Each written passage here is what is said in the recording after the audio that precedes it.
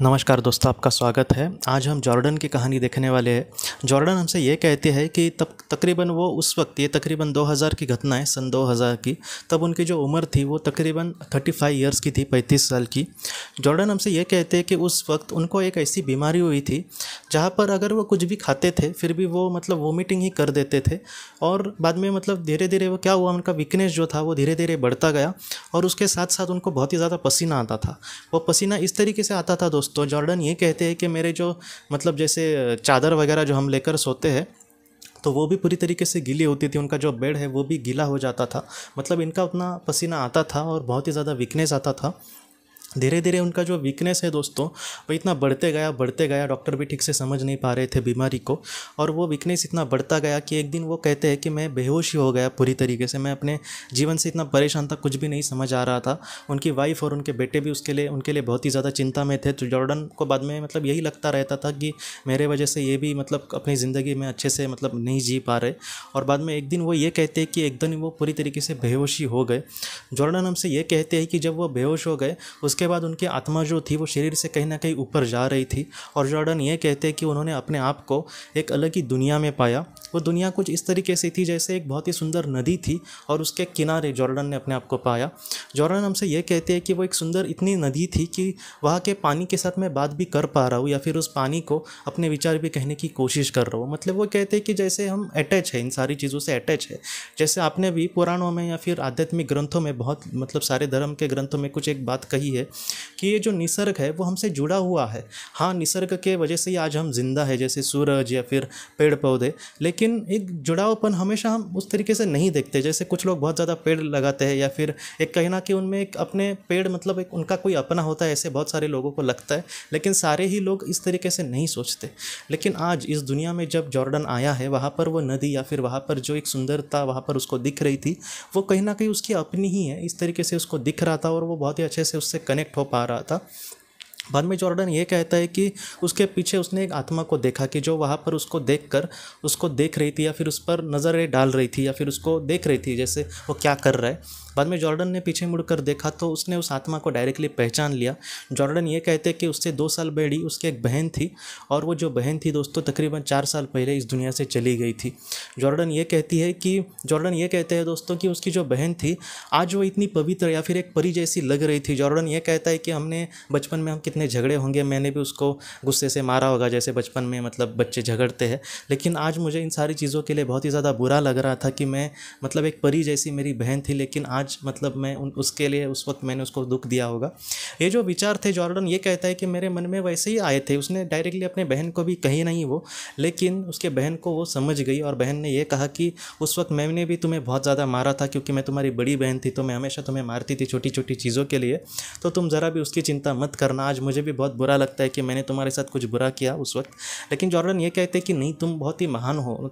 कैसे दोस्तों कि जॉर्डन ये कहता है कि जैसे पृथ्वी पर किसी की पर्सनालिटी देखकर हम उसके अंदर उसके क्या भरा है वो हमें नहीं देख सकते। बहुत बार ऐसे भी होता है कि पृथ्वी पर एक आम जैसे दिखने वाला इंसान भी उसके अंदर बहुत ज़्यादा ज्ञान होता है और एक बहुत ही सुंदर दिखने वाला इंसान भी उसके विचार हो सकते हैं कि कभी कभी बुरे हो। लेकिन जॉर्डन ने अपनी बहन को जिस तरीके से देखा था वहाँ पर, उसका जो प्रभाव था उसके बहन की ऑरा का, वो इतना प्रभावशाली था कि उससे ही समझ में आ रहा था कि ये कोई उच्च लोक की आत्मा है। इसलिए जॉर्डन ने ये कहा कि मुझे सच में माफ़ कर दो क्योंकि मैं तुम्हारे सामने कुछ नहीं हूँ। लेकिन उसके बहन ने उसको ये कहा कि नहीं, तुम भी हमारे ही समुदाय के एक आत्मा हो और हम उच्च स्तर की ही आत्माएँ हैं और तुम भी हमारे ही समुदाय के एक आत्मा हो, तो तुम अपने आप को कम मत समझना।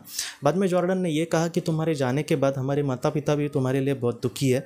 तब जॉर्डन की बहन ने उसको ये कहा कि तुम ज़रा भी चिंता मत करना और माता पिता को भी कहना कि मैं जिस दुनिया में रहती हूँ वहाँ पर मैं सचमुच बहुत खुश हूँ और मेरी खुद के आत्मा ने ये चाहा था कि मैं कम समय में इस दुनिया से चली जाऊँ। और हमारे माता पिता के भी आत्मा ने यही चुनाव किया था कि वो इस परिस्थिति का सामना करे।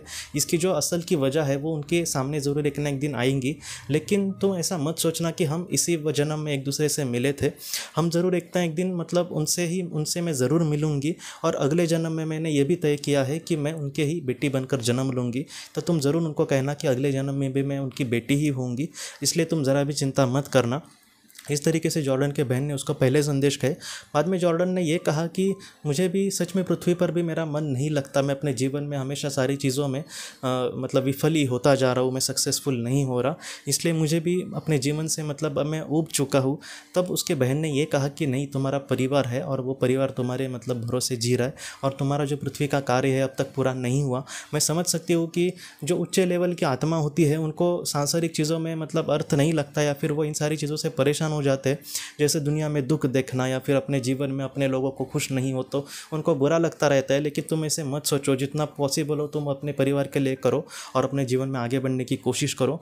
मैं हमेशा तुम्हारे साथ हूँ और माता पिता को भी कहना, हमारे मम्मी पापा को भी, कि मैं हमेशा उनके साथ हूँ। मैं उनके साथ कभी कभी मतलब मैं अपने माँ के साथ मतलब अपना वक्त भी गुजारती हूँ, या फिर उनके घर के सामने एक छोटा सा गार्डन था जो उसके माँ ने वहाँ पर बहुत ही अच्छे अच्छे फूल वगैरह लगाए थे। उसकी माँ कहीं ना कहीं वहाँ पर जाकर आराम कुर्सी जैसी होती है वहाँ पर एक चेयर लेके बैठती थी और उसको वहाँ पर बहुत ही अच्छा लगता था, जैसे निसर्ग के सानिध्य में। तो जॉर्डन की बहन ने उसको ये कहा कि वो वहाँ पर जब बैठती है तब वो बहुत ही खुश होती है और मैं भी उस वक्त उसके साथ हमेशा रहती हूँ। तो तुम माँ को ज़रूर ये बात बताना, क्योंकि जब वो खुशनुमा एहसास से गुजरती है या फिर अपने आप को अकेला इस तरीके से महसूस करती है तब मैं हमेशा उसके साथ होती हूँ। तब जॉर्डन को भी इस बात से बहुत खुशी मिली कि उसकी माँ उसके लिए बहुत दुखी थी और आज कहीं ना कहीं अपनी बहन कह रही है कि वो हमेशा उसका साथ उस तरीके से होती है। और उसके बाद जॉर्डन ने यह कहा कि मैं मतलब तुम्हारे साथ ही रहना चाहता हूँ यहाँ पर, मुझे सच में फिर से मतलब उसने यही कहा कि मुझे नहीं जाना। लेकिन उसकी बहन ने उसको समझाया कि तुम्हें फिर से जाना होगा, हम दोनों का मिलना ज़रूर एक ना एक दिन होगा और तुम वहाँ पर मेरी इस दुनिया में भी ज़रूर आ सकोगे जहाँ पर हमारे समुदाय की और भी आत्माएं हैं जो तुम्हारे एकदम सच्चे दोस्त है। लेकिन फ़िलहाल ये वक्त नहीं है, फ़िलहाल तुम्हें अपने पृथ्वी पर के काम के लिए मतलब फिर से पृथ्वी पर जाना होगा और अपने काम को बहुत ही अच्छे से करने की कोशिश करनी होगी। तब जॉर्डन ने कहा हाँ ठीक है। बाद में जॉर्डन ये कहते हैं कि उसने कहीं ना कहीं मेरी आत्मा को एक दिशा दी और उस तरीके से मैं फिर से नीचे आते गया। और जॉर्डन ये कहता है कि बाद में जॉर्डन को दोस्तों वो पृथ्वी पर जब लौट आया तब जॉर्डन ये कहता है कि उसकी तबीयत जो थी वो एकदम फटक से सुधरी नहीं, लेकिन धीरे धीरे वो ये कहने लगा कि मतलब तकरीबन 6-7 महीने वो तकरीबन बीमारी वैसे ही चलती गई और धीरे धीरे बाद में वो थोड़ा सा ठीक होता गया। और उसके बाद जॉर्डन ये कहते हैं कि उसके माता पिता को भी बहुत खुशी मिली ये सारे संदेश सुनकर और उसकी माँ को भी आंखों में पानी आया। क्योंकि वो जिस गार्डन में बैठती थी तो वहाँ पर वो मतलब उसको लगता था कि कहीं ना कहीं मेरी बेटी है यहाँ पे, बस उसके विचारों को वो बहुत ही अच्छे से समझ नहीं पाती थी। लेकिन जॉर्डन की माँ ने बाद में धीरे धीरे ध्यान भी करती गई और वो ये कहती है कि जैसे तीसरी आँख खोलना वगैरह ऐसे उसने कुछ कोर्सेज भी किए और आज कहीं ना कहीं उसको भी अपने बेटी के संदेश मिलते हैं। तो इस तरीके से घटना हुई थी जॉर्डन के साथ। तो ये जो कहानी है सबसे बड़ी सीख हमें यही देती है कि हमारे जो अपने हैं दोस्तों वो जहाँ पर भी रहते हैं वहाँ पर वो बहुत ही खुशी से होंगे।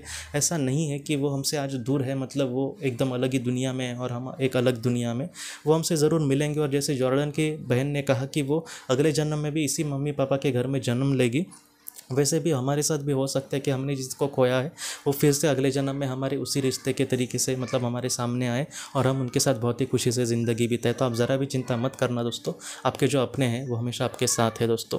तो दोस्तों हम अपने अगली वीडियो में किसी नए विषय को लेकर मिलेंगे, तब तक आप अपने परिवार का ख्याल रखना। आपका बहुत बहुत धन्यवाद।